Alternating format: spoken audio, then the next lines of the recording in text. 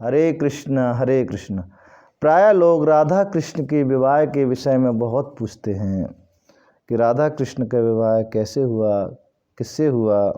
अधिकतर तो भाई जी इस पर चर्चा करते हैं। राधा कृष्ण के विवाह उनके स्वरूप का अज्ञान ही कारण है।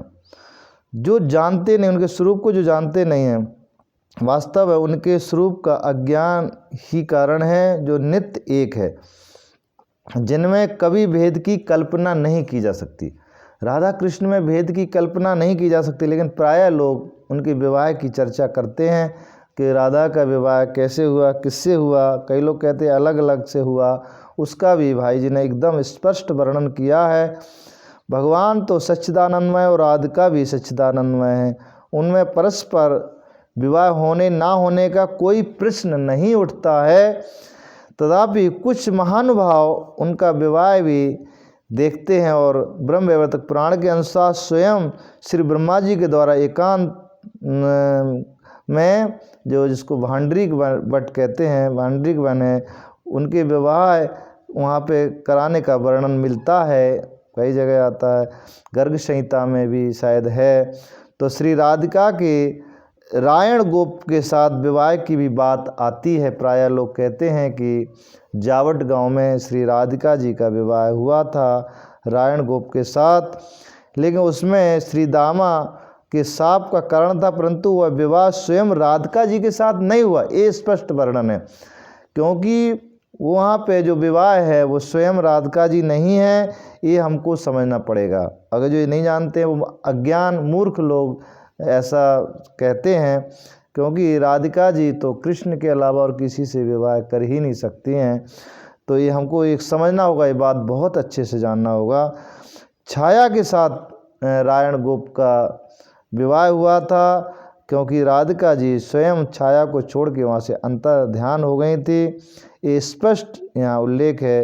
राधिका जी अयोनिजा थी, अयोनिजा थी, माता के पेट से पैदा नहीं होती, मतलब वो पेट से उत्पन्न नहीं हुई हैं, गर्भ से नहीं आई राधिका जी। माता ने योग माया की प्रेरणा से वायु को ही जन्म दिया था, परंतु वहाँ स्वेच्छा से श्री स्वयं राधिका जी प्रकट हो जाती हैं। और 12 वर्ष बीतने पर उन्हें यौवन में प्रवेश करती देख, 12 वर्ष में भी यौवन अवस्था में जब राधिका जी प्रवेश करती देखा, तो माता पिता ने रायण गोप के साथ उनका संबंध अर्थात विवाह करा दिया। तो वो राधिका जी से विवाह नहीं था, जो राधिका जी ने छाया वहाँ पे छोड़ी थी वायु के साथ। जब राधिका जी प्रकट हुई तो राधिका जी वहाँ से छाया को छोड़ के अंतर ध्यान हो गई। तो राधिका जी की जो छाया है उससे रायण गोप का विवाह हुआ। उस समय श्री राधिका घर में छाया को स्थापित करके स्वयं अंतर ध्यान हो गई। उस छाया के साथ उस रायण का विवाह हुआ। वास्तव में श्री राधा का विवाह तो हुआ था पुण्यमय वृंदावन में श्री वृंदावन कृष्ण के साथ। जगत सृष्टा विधाता ने विधि पूर्वक उसे संपन्न कराया था। राधा कृष्ण का विवाह भांडरिक वन में श्री ब्रह्मा जी ने स्थापित किया है। आज भी कोई जाएगा भांडरिक वन तो वहाँ राधा कृष्ण का विवाह श्री ब्रह्मा जी ने कराया।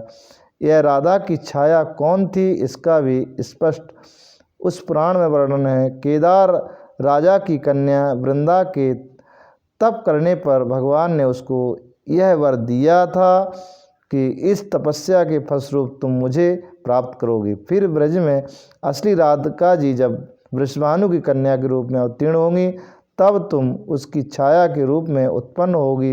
विवाह के समय रायण छाया रूपिणी तुम्ही से विवाह करेगा और वह वास्तविक राधा तुमको रायण के हाथ में अर्पण करके स्वयं अंतर ध्यान हो जाएंगी। तो इस तरह से रायण गोप का वर्णन है। राधा के साथ विवाह नहीं है। प्रायः मूर्ख लोग ऐसा बोल देते हैं कि राधा का विवाह उसके साथ हुआ। गोकुलवासी मूढ़ लोग रायण पत्नी तुम्ही को राधा मानने रहेंगी। उस समय असली राधा तो तेरे पास निवास करेगी और छाया रूपिणी तुम रायण की पत्नी स्त्री होकर जीवन यापन करोगी। तो इस तरह से ये आया। राधा वृषभानुसुता यदा सा एव वास्तवी राधा त्वं छाया स्वरूपिणी विवाह काले रायण त्वां च छायायां गृह्णति त्वयं दत्त्वा वास्तवी राधा शान्तर्दना भविष्यति राधा कृत्वं चाता मूढ़ा विज्ञानस्ति च गोकुले। तो इस तरह से जो मूर्ख लोग हैं, जो जानते नहीं हैं, वो राधा के विवाह को इस तरह से बोलते हैं। राधा के विवाह कृष्ण के अलावा किसी के साथ हो नहीं सकता है। इसलिए राधा और कृष्ण एक ही हैं। वो जो विवाह होता है उनका दिव्य विवाह, ब्रह्मा जैसे लोग विवाह कराने आते हैं, पंडित बन के आते हैं।